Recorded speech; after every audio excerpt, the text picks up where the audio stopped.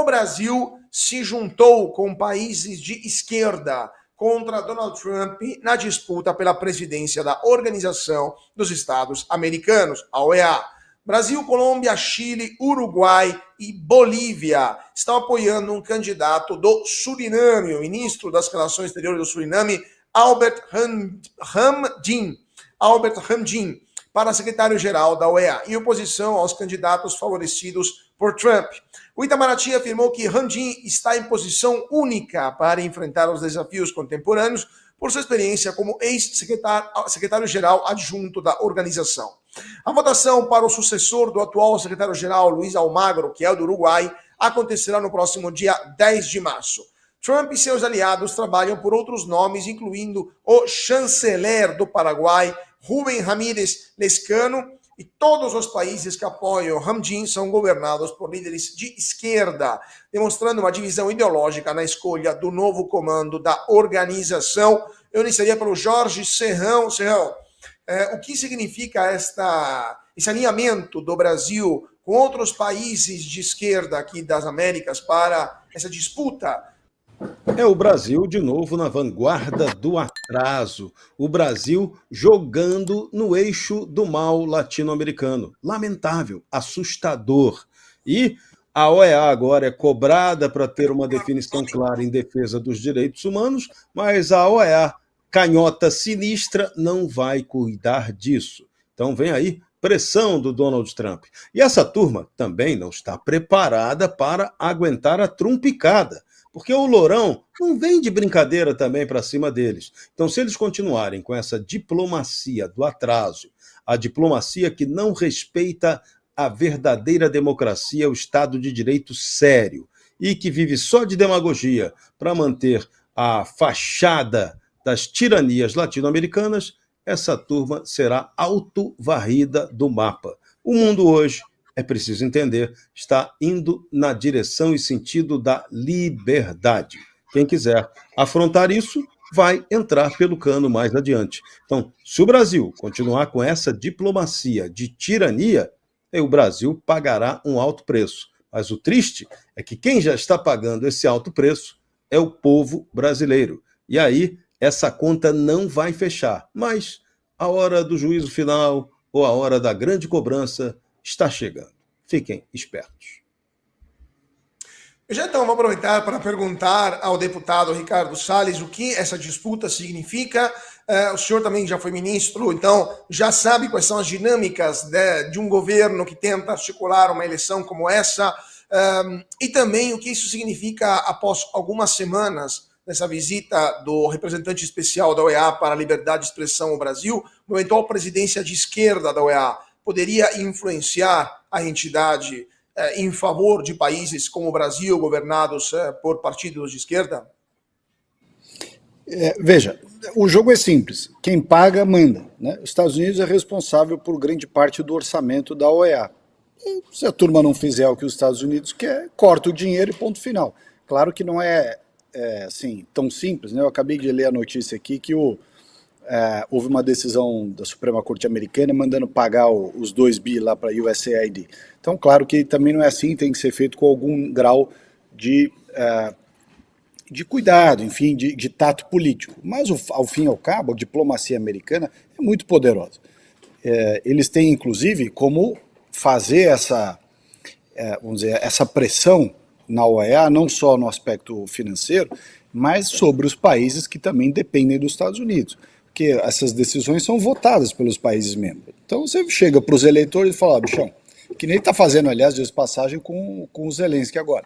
Fala, bichão, se você não fizer o que a gente está pedindo aí, né, nós vamos parar aqui te ajudar. Eu acho que é fundamental ter a presidência da OEA, porque a OEA sempre foi, ao longo desses anos, uma espécie de muro das lamentações da esquerda. No governo Bolsonaro, essa turma cansou de ir lá na OEA encher a nossa paciência.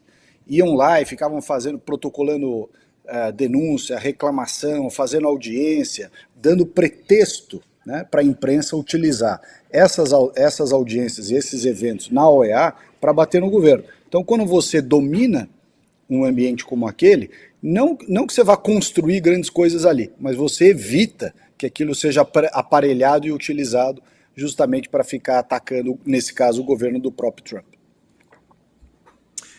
Fabi Barroso, sua opinião sobre essa questão. Inclusive, queria pegar o gancho dessa bem lembrada notícia pelo deputado Salles, ou seja, esses 2 bilhões de dólares que a Suprema Corte Americana mandou pagar, né, para a USAID. O que está acontecendo e sua opinião sobre essa disputa para o comando da OEA? Interessante também esse ponto, porque a Suprema Corte Americana decidiu por 5-4, então, que deveria pagar esses 2 bi. Mas, gente, aí precisa ler o restante da notícia, porque é em relação aos compromissos assumidos já, né? Então, não é em relação ao futuro, é em relação ao passado. E eu até entendo, legalista como sou, que tem que realmente pagar o que foi, né, o que já aconteceu, o trabalho, sendo para o bem ou para o mal, ele foi feito, ele foi realizado. Então, eu acho aí que nós veremos ainda muitos desdobramentos dessa política fiscal, guerra econômica, também ideológica que o Trump está assumindo, e infelizmente o Brasil está do outro lado da ponte, né, com esses países aí. Mas a questão da OEA é bem simples, eu mencionei ontem, e volto a repetir que realmente é o que eu penso a respeito. Quem tem o dinheiro é quem manda. E acho que todos esses países se unindo não conseguem dar ainda o financiamento que os Estados Unidos dão em relação à OEA. E outra coisa, se insistirem nisso, se esvazia o conselho, porque se tira, né, da organização os próprios Estados Unidos, como o Trump já saiu de diversos outros organismos desse mesmo tom aí, o que acontece? Perde bastante importância. E uma notinha de rodapé, vou deixar aqui para o nosso pessoal entender, que hoje, lá na Europa, do outro lado da briga, juntinho com os globalistas, estava quem? Ricardo Lewandowski, junto com Andrei Rodrigues, que é o diretor da Polícia Federal, fazendo negócios. Não é interessante? Eu achei muito interessante. Ontem à noite, Trump declarou que a América está de volta e prometeu que nenhum juiz do mundo vai mais me enfrentar. O presidente anunciou que designou o Trem de Araguá, o grupo armado venezuelano, como organização terrorista e expandiu a lista de cartéis mexicanos com essa classificação. Segundo Trump, abre aspas, acabou a era de permitir que organizações criminosas estrangeiras operem livremente em solo americano, fecha aspas. Segundo Trump, gangues que estariam sendo trazidas pelas políticas de fronteiras abertas, né, de Biden estariam criando problemas nos Estados Unidos. E sobre a política comercial, Trump listou 10 países que, abre aspas, cobram tarifas muito mais altas do que os Estados Unidos, fecha aspas, e incluiu nominalmente o Brasil. O presidente americano anunciou que no dia 2 de abril vai implementar tarifas recíprocas contra esses países. Qualquer imposto que eles aplicarem sobre nós, nós aplicaremos sobre eles. Vamos ver Donald Trump e depois o deputado Ricardo Salles. Other countries have used tariffs against us for decades, and now it's our turn to start using them against those other countries. On average, the European Union, China, Brazil, India, Mexico, and Canada, have you heard of them? And countless other nations charge us tremendously higher tariffs than we charge them. It's very unfair. India charges us auto tariffs higher than 100%. China's average tariff on our products is twice what we charge them. And South Korea's average tariff is 4 times higher. Think of that, 4 times higher. And we give so much help militarily and in so many other ways to South Korea, but that's what happens. This system is not fair to the United States and never was, and so on April 2nd, I wanted to make it April 1st. E agora vamos ver o Janones americano, que durante o discurso de Trump foi lá e criou problemas, foi removido da sala, né, do plenário da Câmara dos Deputados. We won the popular vote by big numbers and won counties in our country. Members are directed to uphold and maintain decorum in the House and to cease any further disruptions. That's your warning. Members are engaging in willful and continuing breach of decorum, and the chair is prepared to direct the Sergeant-at-Arms to restore order to the joint session. Take your seat. Take your seat, sir. Take your seat. Finding that members continue to engage in willful and concerted disruption of proper decorum, the chair now directs the Sergeant-at-Arms to restore order. Remove this gentleman from the chamber.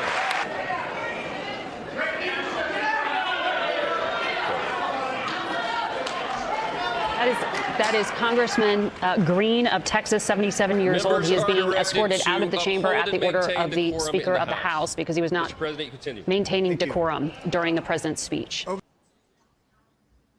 Bom, pelo menos nesse caso temos atenuante da senilidade, coisa que não se aplica a Janones, né? Pelo menos não na senilidade. Outras atenuantes poderiam ser aplicadas no caso. Mas, deputado Salles, sua opinião, o que vai acontecer após esse discurso de Donald Trump em relação ao Brasil?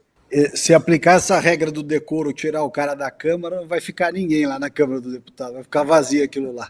Semana passada foi uma feira do caramba.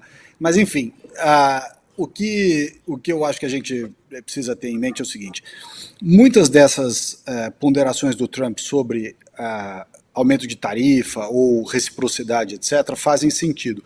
Outras nem tanto. No caso brasileiro, que eu posso falar com um pouco mais de propriedade, nós temos certas tarifas em relação a produtos americanos porque fazem parte de acordos e de políticas comerciais estabelecidas por determinados setores.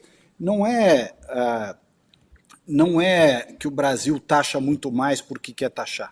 Outra coisa importante é que essa política internacional de favorecer uns países em detrimento de outros e não tratar todo mundo da mesma forma, ela também diz respeito a você criar aliados que pensam como você, que defendem as suas visões, que defendem a sua maneira de ver o mundo. Se você considerar que a China é o grande opositor americano no planeta, né, que vários países ligados ao terrorismo ali do mundo árabe, etc., também são opositores dos Estados Unidos. Se ele começar a brigar com todo mundo, inclusive com parceiros históricos como é o Brasil, realmente vai ficar difícil. Eu acho que essa sanha de discutir questões tributárias, ela pode acontecer, mas tem que levar em consideração outros aspectos, inclusive construção de aliados. Acho que o Brasil tem um papel histórico ao lado dos Estados Unidos e não dá para ser tratado como outros países que ele citou aí. Queria um comentário rapidíssimo do Serrão, temos um minutinho para ele, um para a Fabi, vamos ver se a gente consegue também outra pauta. Serrão. Serei rapidíssimo. Se o Donald Trump cumprir realmente a sua promessa de combater o crime organizado, temos uma chance de que o Estado brasileiro seja desmontado em seus mecanismos criminosos que controlam e têm interface direta com o narconegócio. Essa é a esperança. Se vai acontecer ou não, o Lourão e a turma dele é que vão dizer. Fabi Barroso, um minutinho também. Bom, a gente sabe que o Trump está voltando para os Estados Unidos, ele não está errado nisso. Eu vou salientar um comentário aqui que é importante. Hoje nós tivemos a presença do ministro Lewandowski e do diretor-geral da PF lá na Bélgica. Então, enquanto a gente está achando que vem de um lado, eles estão de fato negociando com o outro. Então, assim, é preciso ter zelo a respeito dessa questão também. O sistema judicial brasileiro custa 4 vezes mais do que a média internacional. E um editorial da Folha de São Paulo classificou o gasto como uma, abre aspas, anomalia, fecha aspas, e cobrou uma ação do Congresso para limitar os supersalários. O Brasil gasta 1,4% do PIB com o judiciário, enquanto a média internacional é de apenas 0,3%, ficando atrás apenas de El Salvador. Penduricalhos e benefícios pagos a magistrados custaram cerca de 40 bilhões de reais entre 2018 e 2023. O projeto para limitar o pagamento de benefícios acima do teto está parado no Senado desde 2021. O governo Lula encaminhou a proposta de emenda constitucional mais restritiva para substituir o projeto atual, mas o Congresso não avançou na análise. Jorge Serrão. Primeiro, dá uma certa... no mínimo curioso que a Folha de São Paulo, que sempre criticou o legislativo e raramente criticou o judiciário, especialmente o STF, e agora fale de super salários. Mas ponto número 2, o legislativo teria, na sua opinião, a capacidade de intervir, considerando que o STF barraria qualquer mudança, porque seriam os primeiros a ser prejudicados?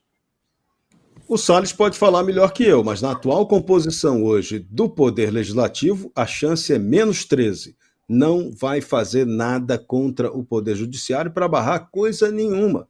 Estamos vivendo uma situação esdrúxula aqui em Barnabelândia. Aliás, aqui é Barnabelândia, é a terra do pessoal que tira proveito do serviço público em benefício próprio, na maioria dos casos, e não para servir ao público. Esse é o drama brasileiro. Nosso problema é estrutural. O problema do nosso judiciário é estrutural também, e a ele se agrava o fato da gente ter milhões de leis em vigor.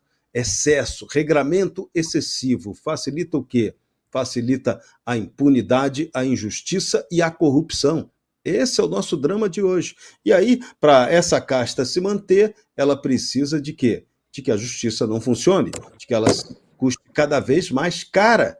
E aí, em cima da ineficiência e do alto valor pago por quem é obrigado a entrar com uma ação judicial, esse sistema se retroalimenta, se autorremunera. E tem que remunerar muito bem, né? Afinal, é muito trabalho. Por isso, que ninguém se surpreenda se em breve a próxima jogada desse sistema seja aprovar a emenda constitucional que aumenta a quantidade de ministros do Supremo Tribunal Federal. Ela já foi proposta pela Luísa Erundina, mas o desgaste do PT talvez não permita que isso vá adiante. Mas ela está ali. O jogo é bruto. Pode acontecer e a gente não pode dar mole. Se der mole, acontece. E aí o PT teria a chance de colocar aí mais uns 4 ou 5 ministros no Supremo Tribunal Federal indicados por ele. Lembrando de uma aberração, a Constituição não diz que é o presidente da República quem nomeia ministro do Supremo. Ele nomeia depois da sabatina no Senado, mas não é o presidente quem indica. A gente tem que ter uma reforma do judiciário para deixar claro qual é o modelo, o sistema de indicação de ministros, não só do Supremo, como também do Tribunal Superior de Justiça, o Superior Tribunal de Justiça, que hoje foi vítima de mais uma invasão hacker em seus sistemas. O hacker só não consegue invadir o sistema eletrônico de votação. Ali é o dogma da proteção segura total. Fabi Barroso, você que é advogada e que teve contatos com o mundo judiciário, mesmo com uma lei que proíba penduricalhos, que por sinal já são proibidos, né, porque já existe um teto constitucional, essa lei seria respeitada ou seria mais uma lei que não pega, que não pegou no Brasil? Esse é um incrível caso de um país que tem lei que pega e lei que não pega. Isso é uma realidade. Eu me lembro, gente, nos tempos bem remotos, quando eu fiz direito, que a professora havia falado lá no curso de direito, olha, tem lei que pega. Eu pensei comigo, como assim? Lei é lei, né? Mas não, isso realmente é uma grande realidade. A gente pode citar várias aqui, mas essa, por exemplo, tem teto, mas tem penduricalho, né? Esqueceram de nos dizer que existe um mas, sempre para privilegiar os privilegiados. E esse discursinho aqui não é de esquerdista, veja bem, mas é que a gente sabe que realmente o nosso judiciário é caro, é lento, ineficaz e atualmente tem julgado contra a própria lei, ou tem feito o papel de oposição, que não deveria jamais, contra o nosso legislativo, que também custa muito caro. Olha que sinuca nós estamos, todos amarrados a favores trocados, porque a gente sabe bem que o judiciário é quem julga, né? Julga quem tem o rabo preso. Quem tem o rabo preso acaba não fazendo o que deveria no legislativo. E aqui eu estou falando desde tratados aí federais, né, com municipais. Acabei de ver aqui, o Salles que vai gostar depois da bronca, né? Mas eu acabei de ver, vou emendar aqui, o que o Nunes fez na Prefeitura de São Paulo esse ano, né? Colocou lá uma verba gigantesca para o carnaval. Tem algo muito estranho, gente. Algo muito estranho, né? Nunes dando verba para o Carnaval de São Paulo, falando que é para dar emprego. Eu não sei, gente, mas eu moro aqui. E eu sei que essa cidade aqui está custando caro. Então, falar de sistema judicial caro é falar de todo o funcionalismo público que é caro e ineficaz.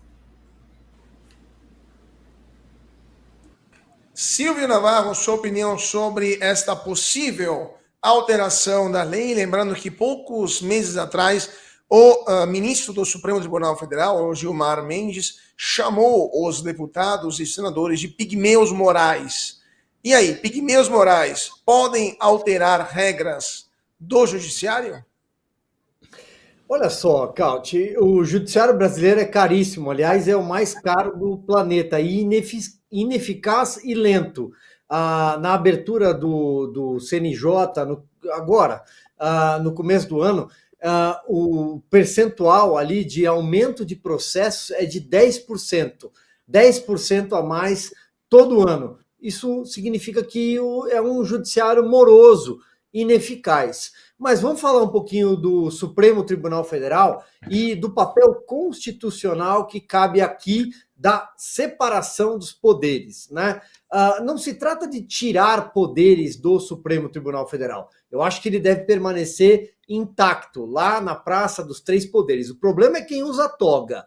O Supremo Tribunal Federal deve permanecer intacto. E existe uma coisa que qualquer um pode pesquisar e é sabido que chama-se check and balance, né? Ou seja, freios e contrapesos. Nós precisamos ter um Senado forte para conseguir, de alguma forma, colocar rédeas no atropelo do devido processo legal e do Estado de Direito que o Supremo Tribunal Federal pisoteia o tempo inteiro. Eu acho que o único caminho para o Brasil reencontrar a pacificação social, já faz bastante tempo que perdeu, né? Mas para voltar à normalidade institucional é por meio do Senado. Eu não sei se o Ricardo Salles, em 2027, como senador eleito por São Paulo, vai trabalhar em cima disso, mas é o que resta. Nós precisamos colocar o Supremo Tribunal Federal de volta na caixa. É disso que se trata. Não tem segredo, não tem mágica. O Ricardo citou agora há pouco Dom Pedro e a Constituição Imperial de 1824, a única que conferia poder moderador em benefício a ele, por exemplo. Isso não existe mais, mas isso, de alguma forma, tem sido invocado desde a abertura do inquérito 4781. E, de alguma forma, esse inquérito ele é tentacular, ele tem várias ramificações e o Brasil vive hoje aquilo que não tem mais segredo, a gente tem que chamar pelo que é. Nós estamos diante de uma ditadura do judiciário. A única forma de frear isso de forma constitucional é por meio do Senado da República. Deputado Salles, o senhor está na Câmara dos Deputados, é um político experiente. O seu partido, né, o Partido Novo, ele é um partido que atua, ele tem no seu programa há muitos anos essa reforma do judiciário, uma redução dos custos. Mas, na sua opinião, de quem está na trincheira lá em Brasília, será que isso é possível em um prazo razoável de tempo ou precisaremos aguardar algum evento que permita a conjuntura política adequada para aprovar algo desse tipo? Veja só, Brasília tem uma característica interessante. Como ela está muito longe da população, né, os poderes encastelados em Brasília, aliás, a razão pela qual Brasília a capital deixou de estar no Rio de Janeiro e foi para Brasília, uma das razões era essa, né, tirar a pressão popular de cima da classe política e das autoridades. O que acontece? Ali há um esforço permanente, contínuo e generalizado para aumentar os próprios benefícios, né? E o que outrora era um freio a isso, antigamente quando você tinha exageros no aumento da despesa pública, ou de benesses, ou de determinados privilégios, aonde você recorria? Você recorria ao judiciário. E o judiciário restabelecia, dentro de alguns parâmetros, é claro, uma certa moralidade, proporcionalidade e modicidade dos gastos públicos. Hoje, ao contrário senso, o que a gente vê é o judiciário sendo o principal gerador desses casos de desequilíbrio financeiro. Você tem, num país em que o salário mínimo é de $200, né, ou seja, $200, um pouquinho mais de $200, você tem desembargadores recebendo salários, contra-cheques de 200, 300, 500 mil reais, principalmente nos estados do norte. Quer dizer, isso é um absurdo que não tem tamanho. Aí quando você critica isso, a resposta é sempre assim, não, mas é que nós tínhamos um adicional de não sei o quê, um adicional de excesso de trabalho que não foi pago lá atrás. Nós tínhamos um adicional de periculosidade dos anos de 1999 até 2007, não foi pago, então com juros. Quer dizer, tem sempre uma desculpa. Tem sempre uma desculpa, porque criaram esse monte de penduricalho, essas rubricas, e elas são enquadradas a título de verba indenizatória, e, portanto, ao serem enquadradas como verba indenizatória, elas não estão submetidas ao teto constitucional, que é o salário do presidente da República, ou do ministro Supremo, no caso do Judiciário. Então, você burla o teto constitucional, dando caráter de indenização a todas essas verbas. Isso acontece com órgãos do Ministério Público, dos tribunais de justiça e por aí vai. Está errado.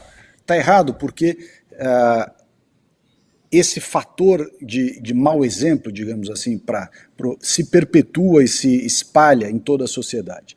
O problema, e aqui vem a técnica legislativa, e aí, Silvio, a importância de ter um Senado composto por pessoas que têm a ideologia correta, têm preparo para poder desempenhar suas funções e têm experiência para entender o que de fato está envolvido nisso. Nós temos um problema aí de vício de iniciativa. Então tem que partir do próprio judiciário um projeto de alteração da lei orgânica do judiciário para colocar um freio definitivo nesse tipo de coisa. A imprensa tem tido um papel importante em disseminar dados, informações, comparativos, estatísticas e tudo, e tem muitos membros desses órgãos que se envergonham disso, não achem que é todo mundo que está se divertindo, não, mas é que, de fato, virou uma coisa sem nenhum controle. Quer dizer, não tem cabimento você ter tudo quanto é tribunal, órgãos do MP e por aí vai, toda semana com informação de que recebeu 200 mil de indenização, 300 mil de indenização, aí hoje, não sei se foi ontem ou hoje, Tribunal de Contas do Distrito Federal, os membros, os conselheiros do Tribunal de Contas do Distrito Federal se concederam uma indenização de 750 mil reais para cada conselheiro. Quer dizer, é uma coisa inacreditável. Onde esse pessoal vive? Quer dizer, o país com uma série de problemas de desequilíbrio fiscal, salário mínimo, sistema de saúde que não funciona e tudo mais, você ter esse tipo de benesse sendo autoconcedida. Quer dizer, quando o pessoal brinca que no Brasil precisa de um Bukele, precisa mesmo, porque o Bukele, uma das coisas que ele fez foi enquadrar certos exageros e desmandos do judiciário. Realmente nós estamos diante disso. Do ponto de vista constitucional, é o Senado que tem que fazer essa fiscalização, mas do ponto de vista político, tende a haver uma mobilização da sociedade contra isso. Não é possível a gente assistir isso assim, o céu é o limite, não tem cabimento. E antes de passar para... Eu posso trazer um dado aqui para ilustrar tudo isso que a gente está falando com Cauti? Fica à vontade, Silvio. Olha, os custos com esses super salários chegaram a 13 bilhões de reais, tá? Isso é informação do portal UOL, ou seja, acima de qualquer suspeita em defesa do que hoje é o judiciário brasileiro. 22 mil juízes e desembargadores, além de 5.500 membros do Ministério Público, receberam acima do teto do funcionalismo público. Nós estamos falando de 1,6% do PIB brasileiro. É isso, o Brasil gasta menos em defesa nacional do que em judiciário, né? E entre outras coisas, tem outros exemplos também. É um absurdo sem tamanho. Você precisa assistir o melhor canal de notícias do Brasil. O programa que fala de tudo, que deixa você informado sobre tudo o que acontece no Brasil e no mundo. Ao vivo, todos os dias, no YouTube. Clique aqui e se inscreva.